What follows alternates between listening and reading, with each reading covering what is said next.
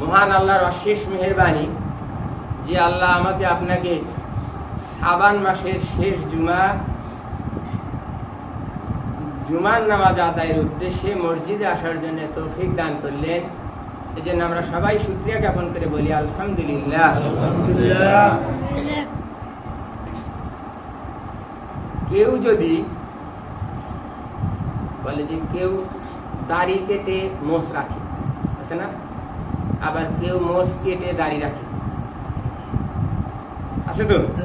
হ্যাঁ, যার যার বুঝ তার তার কাছে। এইটার ব্যাখ্যা ইনশাল্লাহ আলোচনার শেষে দিব। নামাজ 10 মিনিট দেরি হলেও কোনো সমস্যা নাই। আর আজকের আলোচনা একটু কঠোর ভাবেই হবে। এরপরে হয় যদি আর জীবনে কোনদিন আলোচনা করবোই না, এই কাজকে শেষ। এটাও একটা মোটামুটি বলে নিয়ে নিলাম। আমি আপনি যদি আর রমজানের ক্যালেন্ডার অনুযায়ী আমি আপনি আর যদি 60 ঘন্টা বাঁচি, তাহলে আমি আপনি রমজান মাসে পৌঁছাইতে পারবো। ঠিক আছে না?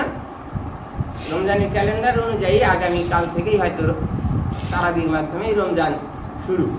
তাহলে এখন যায় কয়টা বাজে, সেই হিসেবে আর যদি 60 ঘন্টা আল্লাহ আমাকে আপনাকে হায়াত দেয়, তাইলেই আমরা রমজানে পৌঁছাইতে পারবো। আল্লাহ পাক রমজান পর্যন্ত আমাদের পৌঁছায় দেবে। রমজান মাস বিশেষ মাস। রমজানকে বলা হয় সংযমের মাস। সংযমের মাস না? সংযমের বাংলা হলো কোনো কিছু হতে বিরত থাকা, সংযত থাকা। আর আমি আমার গবেষণার থেকে বলছি যে সংযম না, নিজেকে সংশোধন করার মাসের নাম হলো রমজান। তাহলে সেই সংশোধন কিভাবে আসবে, আমি আপনি নিজেকে কিভাবে সংশোধন করতে পারি, সেটাই হবে আলোচনা, বা সেটাই হবে আমার রমজানের মূল লক্ষ্য। ঠিক আছে? রমজান মাস আমাদেরকে মূল টার্গেট থাকতে হবে আমাদের আমলের মাধ্যমে, ইবাদতের মাধ্যমে কাটানো। আগামীকাল তারাবি শুরু। আলহামদুলিল্লাহ, তারাবি পড়াবে আমাদের যে নিয়মিত ইমাম। এই প্রায় 22 বছর যাবৎ পড়াই, 24 বছর যাবৎ আমাদের মসজিদে ইমামতি করতে তারাবি পড়াইছে। আর সাথে আমাদের ঈদগাহ মাঠের যে ইমাম সাহেব, তার বড় ছেলে গত বছর পড়ছিল, এবার আলহামদুলিল্লাহ উনি আজকে আসার কথা, হয়তো আজকে না আসলেও কালকে আসবে। এই দুইজন আমাদের তারাবি পড়াবে। তারাবি গত বছর আমরা যারা পড়ছি, কতটা চমৎকার কণ্ঠ, কতটা সুস্পষ্ট, আমরা এটা খেয়াল করছি। আসবে, এই সংক্ষেপে শেষ করবো কথা। তারাবির সম্পর্কে কথা হলো, তারাবির আমরা যারা তারাবির কালেকশন করি বা করছি, এইখানে আমাদের এবার টার্গেট যে 30 পারা কোরআনের জন্য 2 হাফেজকে দিব 30,000 টাকা।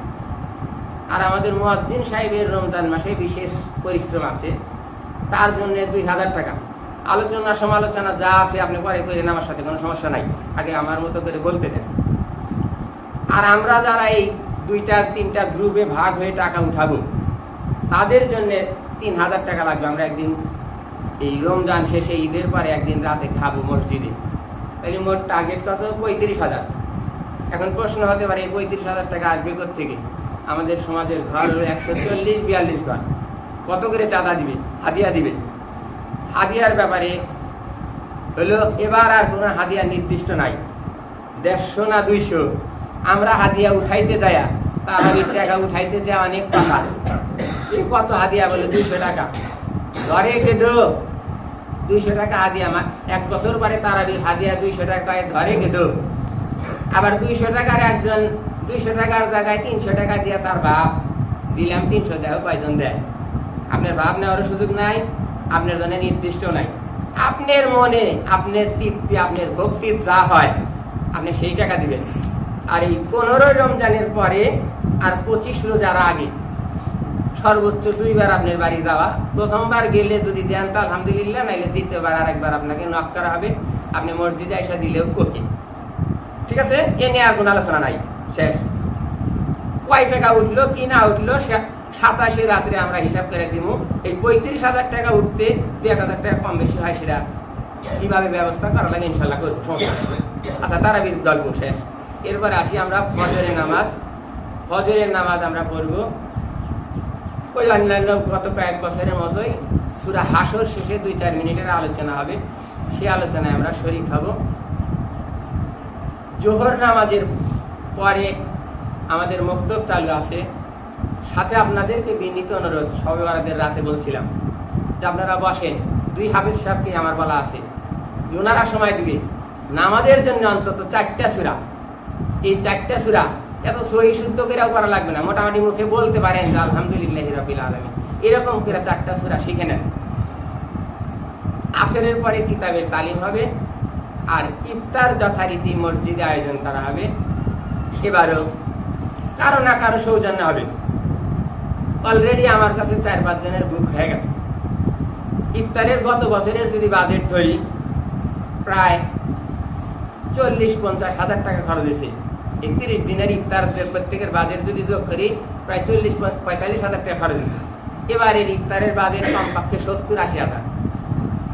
70-80 হাজার আপনার মানে মনে হতে পারে কিসের টাকা, কই দিব টাকা, আপনি বলি নাই তো দেন। আপনি এই সওয়াবের সুযোগ যদি না নিতে পারেন, এটা আপনার ব্যর্থতা।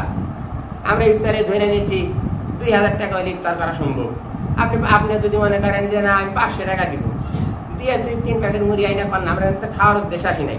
আমরা 50 জন মানুষ একসাথে ইফতার করবো, সূরা ফাতিহা পড়া হবে, 50 জন মানুষ সূরা ইখলাস পড়বে, দরুদ শরীফ পড়বে। আপনি বাড়িতে আয়োজন করতে যান, 10,000 টাকা খরচ করে এই সবের ভাগ পাই আয়োজন করতে পারবেন না, পারবেন? ঠিক আছে না?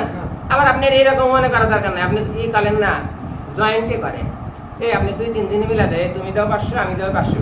এই যুবক বাইরে আছে না, এমবি কিনাই মাসে টাকা ঘুরায়, 10 যুবক যদি 200 টাকা করে দেয়, 2000 টাকা হবে না একদিন ইফতার। আর 2000 টাকার ইফতার অনেক চমৎকার ইফতার হবে। টাকার নির্দিষ্ট করার কথা নাই, আমরা 1000 টাকা দিয়েও করতে পারবো ইফতার, 2000 টাকাও হবে।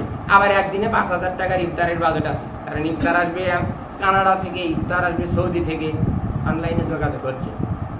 এটা শুনেও মনে করার কিছু নাই। অনেক মানুষ দান করার জন্য বসে আছে, দান করতে চায়, জায়গা খুঁজে পাচ্ছে না, কার কাছে দিবে, বিশ্বাস কোথায়? এই যে গত এর দিন আমি কল্যাণ তহবিলের কথা বলছিলাম না, যে আমরা কল্যাণ তহবিল চালু করতে চাই।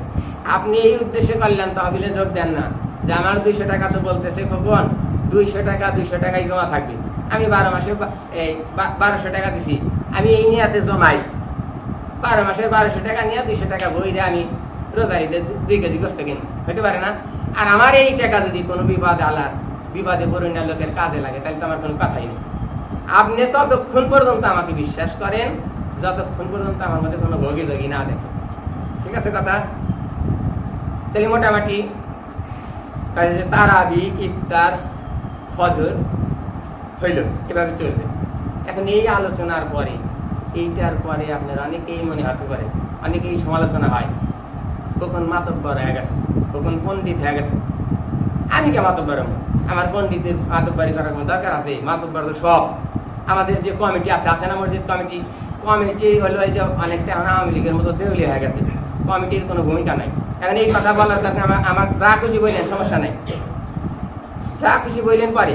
আমার তো কমিটির সভাপতির পদ নেওয়ার দরকার নাই, সেক্রেটারি চাই, আমার কিছু দরকার নাই। তো আমি হলো মসজিদের সেবক, আমি আছি আপনাদের সেবক, আমি খাদেম, আমি আমার নেকি অর্জন করতেছি, আমি সওয়াব অর্জন করতেছি।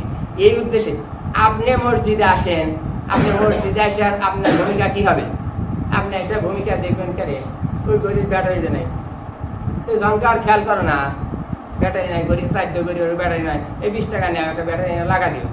অথবা আপনি চুপ করে দিয়ে গেলেন, এত সুযোগ রে, আমি তো 8 একটা ব্যাটারি এনে লাগা দিই। আপনি যদি এসে মন করে ঝঙ্কার 1 মাসে বেতন দিয়ে 2500 টাকা করে কি, খালি 5 ওয়াক্ত খালি আজান দেয়। জানেন 5 ওয়াক্ত আজান দেওয়া কত কঠিন কাম? 1টা আজান 1টাই দিতে হয়, 1টার আজান 1টাই দিতে হয়। 5 মিনিট এদিক সেদিক হইলে আমরা এই যে তালা দিয়ে রাখছি, একজন মুসল্লি আগে এসে ঝঙ্কারের দফা রাখা চাবি নিয়ে 1টা রাখছে, তালা দিয়ে রাখছে। এগুলো সঠিক কথা না? হ্যাঁ, আপনি মসজিদে আসেন কি নিয়ে? আমাদের এই যে ডিজিটাল ঘড়ি নিয়ে বিতর্কের শেষ নাই। আমাদের এই ঘড়ি চলতেছে আজকে প্রায় 5 বছর।